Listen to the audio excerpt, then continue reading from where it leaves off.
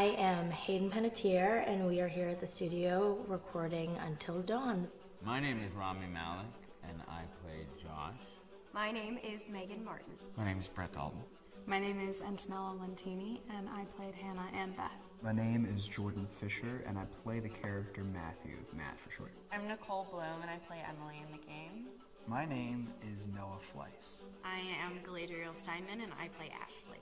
So Until Dawn is the story of 8 teenagers who revisit this cabin in the woods about a year later after a really traumatic experience where I've lost 2 of my sisters, so coming to kind of get some closure in that respect.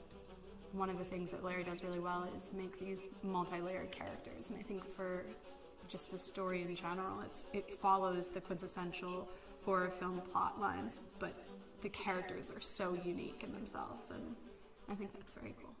Oh, I hope this was the right thing to do. What? You know, getting everyone together on the anniversary. I mean, Josh seemed really pumped about us all doing something, didn't he? Yeah, no, he definitely did. I haven't seen him so excited about something in forever. Good, good.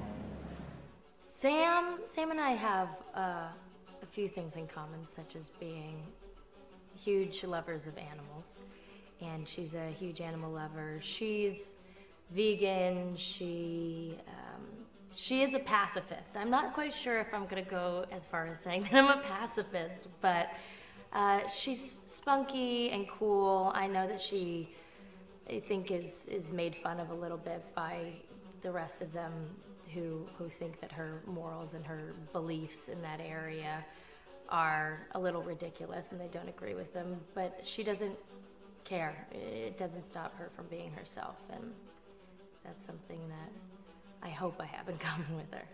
You know, he definitely can be depressed at some times and a bit of a loner, but he takes some solace in one of his sister's friends, Sam, played by Hayden Panettiere, and invites everybody back to the same house the next year to kind of find some closure.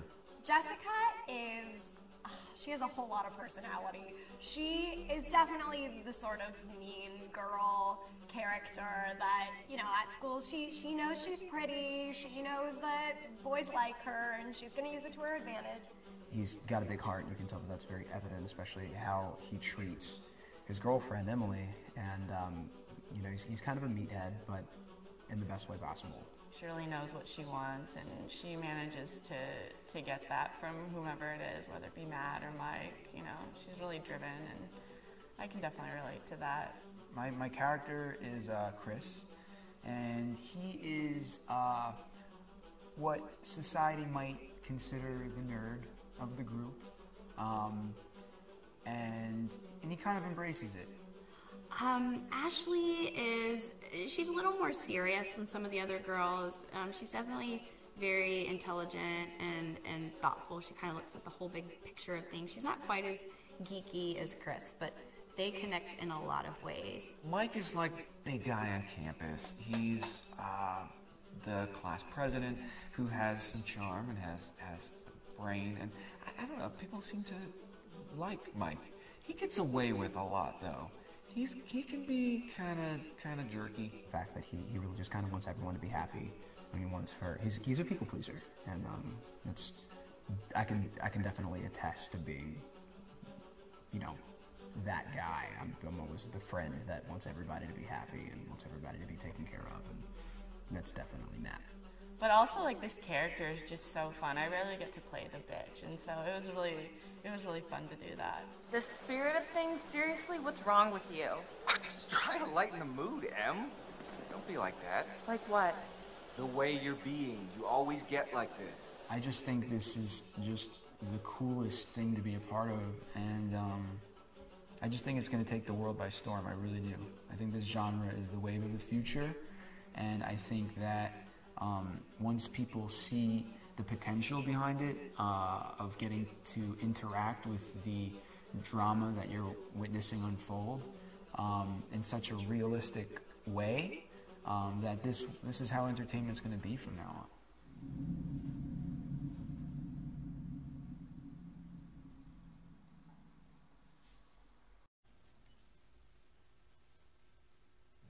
Hi, Larry.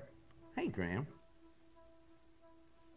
Hi, my name is Graham Resnick. I'm a filmmaker, writer, director, sound designer, and I started working with Larry Fessenden about 10, 15 years ago through my friend Ty West, who I grew up with, and have done a lot of sound design with on his films. And he was producing Ty's films at the time, and Ty introduced me to Larry. Larry produced my first feature, and we've written together on several projects. My name is Larry Fessenden. I'm a filmmaker. I run Glass Eye Picks, which is an independent production company out of New York. We make indie movies, a lot of scary movies as well. I got a call to audition to write this video game. And I called my pal Graham Resnick because Graham is a gamer. And while I thought I could offer something to the idea of writing this multi-branching story, I knew that I would want Graham's expertise as a lover of gameplay, since I guess games were started. So and just as a lover. And as a lover, yes. Which is why there's so many sex jokes in the game. There was one Italian website that did say the Larry that's Fessenden and right. Graham Resnick, the two lovers behind Until Dawn. Come here. Maybe I know how to handle you too. I am definitely ready to be handled. So I wanted Graham by my side. Yeah, and we got the gig, and it's been an amazing ride. Oh, hell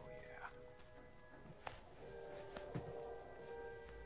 Oh my god, she's taking her shirt off. What? Oh my god. Matt, what are you doing here?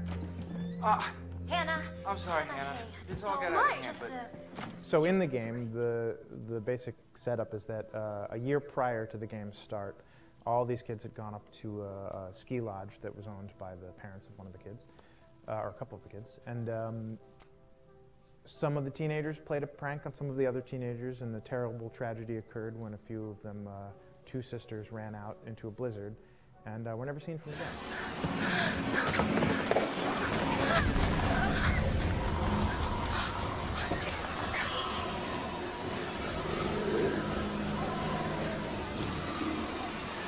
So now, a year later, this is kind of torn apart, this group of friends. They've gone through some trials and tribulations in the past year. The brother of the two girls has had a lot of psychological issues, and to kind of help him cope and help them all get over it, they all returned to the lodge a year later, back up on the mountain. And the idea is to get over it, but... the healing does not begin. Yeah, and these kids are all trying to find themselves. They've been through a trauma, but in general, they're just teenagers trying to figure out who they are. So they're all kind of falling into the patterns, the stereotypes, the characters they see on TV and in the movies. I think we were very interested in taking genre tropes and kind of making them sort of refresh them.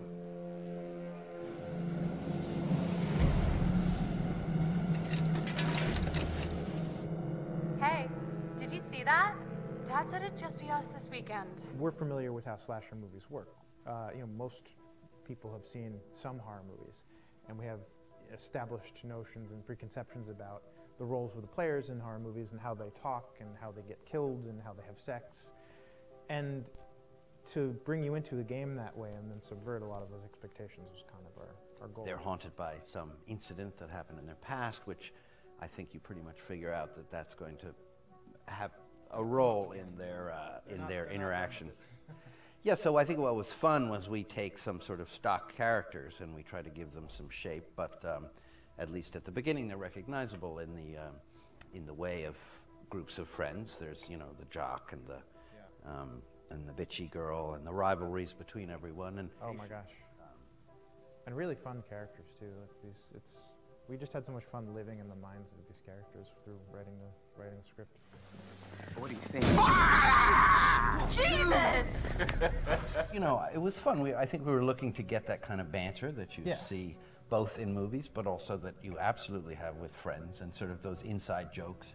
And of course, as writers and as friends ourselves, we sort of developed little tracks, and we try to give the characters that kind of vibe. My name is Will Biles, Executive Creative Director of Until Dawn. The first part of getting a believable facial performance in-game is to capture, topographically, the actor's range of emotional expressions as separate versions of the same head. Every tiny nuance gets digitized and merged, effectively creating a model that can recreate every facial movement that the actor makes. Once the topography has been recorded, the actor's performance itself can be captured by using a predetermined set of marker points, drawn precisely on the face, and a high-def helmet cam, wirelessly linked to capture devices. The camera is the small box where it looks like the microphone should be. Outro Sam. Mark. It records in high def the movement of the dots throughout the performance that will drive the expressions captured earlier. Unlike other systems, this form of capture is far less lossy because there are fewer interpretations between performance captured and performance rendered finally in-game. The audio is also recorded via two separate lavalier mics attached to the helmet. It takes a while for the actors to acclimatize to carrying around the recording devices and the helmet cams, but very soon the shoot becomes similar to any other effects shoot or a green screen shoot. The actors in these scenes are only recording facial animation, but use cursory body movements for pacing. Wait, and maybe we should all stick together and find everybody, make sure that we're all okay, so... 1-1, the year before the prank. Take 2, Mark. Other than the other actors, they have to use their imagination for everything and everywhere that they are supposed to be seeing and feeling. Idiot! So dumb! From a hot midday studio in Los Angeles to a freezing midnight mountain in British Columbia.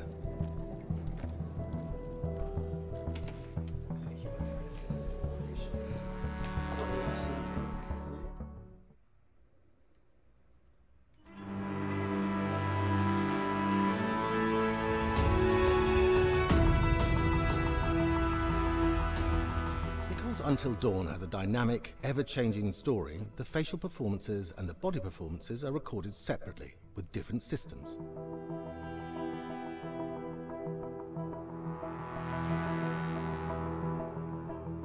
With the body capture, we use reflective bead suits and an infrared camera matrix system that drives the CG bone hierarchies in our character models. These performances cover everything from character locomotion, scene-specific performances, and stunt work, most of which was recorded at studios in Pinewood and Shepperton, near London. Hannah! Hello?